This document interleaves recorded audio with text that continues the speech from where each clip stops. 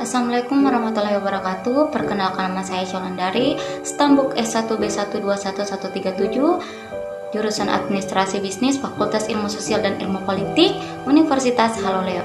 Di sini saya akan mempresentasikan materi yang berjudul Strategi Menghadapi Hilangnya Pasar Kelas Menengah. Yuk simak video ini dengan baik. 1. Kelas menengah Indonesia. Jumlah kelas menengah di Asia justru diproyeksikan akan naik dari 54% di 2020 menjadi 65% di 2030. Data dari Bank Dunia menunjukkan bahwa kelompok kelas menengah di Indonesia bertumbuh paling cepat dibandingkan kelompok lainnya, yaitu 10% per tahun antara 2002 hingga 2016. Bank Dunia mendefinisikan kelompok kelas menengah di Indonesia itu adalah mereka yang punya pengeluaran antara 7,5 hingga 38 dolar per hari, atau 100.000 hingga 530.000 per harinya. Kelas menengah ini telah menjadi pendorong utama pertumbuhan ekonomi Indonesia karena konsumsi kelompok tersebut tumbuh sebesar 12% setiap tahun sejak tahun 2002 dan sekarang mewakili hampir setengah dari seluruh konsumsi rumah tangga di Indonesia. Di bulan Juli 2020 lalu, Bank Dunia pun menaikkan status Indonesia menjadi negara berpenghasilan menengah atas.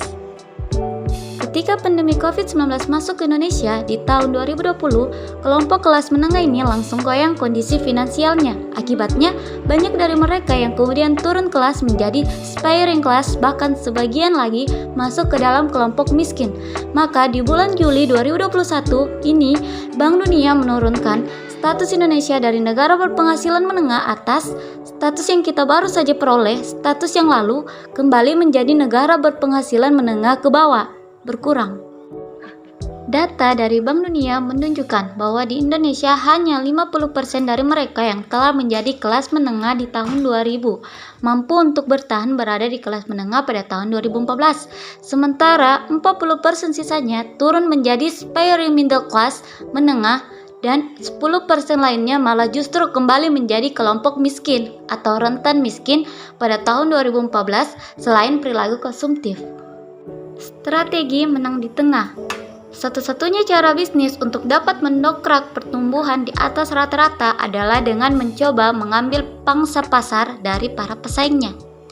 Mereka yang memahami situasi finansial konsumennya kemudian menawarkan proposisi nilai yang selaras dengan kebutuhan mereka, baik dari sisi kategori produk maupun dari posisi harganya. Melakukan kajian lanjutan di tahun 2019 dengan melibatkan 3.000 responden dan 1.100 merek. Tujuannya adalah untuk melihat hubungan antara kondisi finansial konsumen dengan produk yang mereka beli.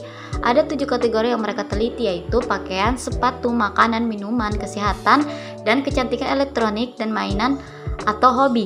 Mereka menemukan bahwa ketika kondisi finansial konsumen meningkat, maka belanja di semua kategori tersebut ikut meningkat. Meningkatnya ialah kategori pakaian, kesehatan, dan kecantikan, elektronik, mainan atau hobi.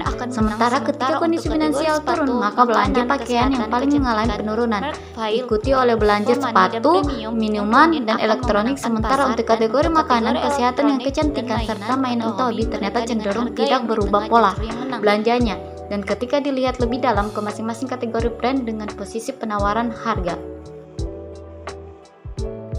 dan ternyata fast fashion dan private label yang menawarkan value yang kemudian akan menang. Sementara untuk kategori sepatu, makanan, kesehatan, dan kecantikan, merek Value for Money dan premium yang kemudian akan memenangkan pasar. Untuk kategori elektronik dan mainan atau hobi, mereka dengan harga yang di tengah justru yang menang. Nah, menariknya untuk minuman justru merek premium yang akan menang. Mungkin ini saja singkatan materi prestasi yang saya buat. Jika ada salah kata mohon dimaafkan. Terima kasih.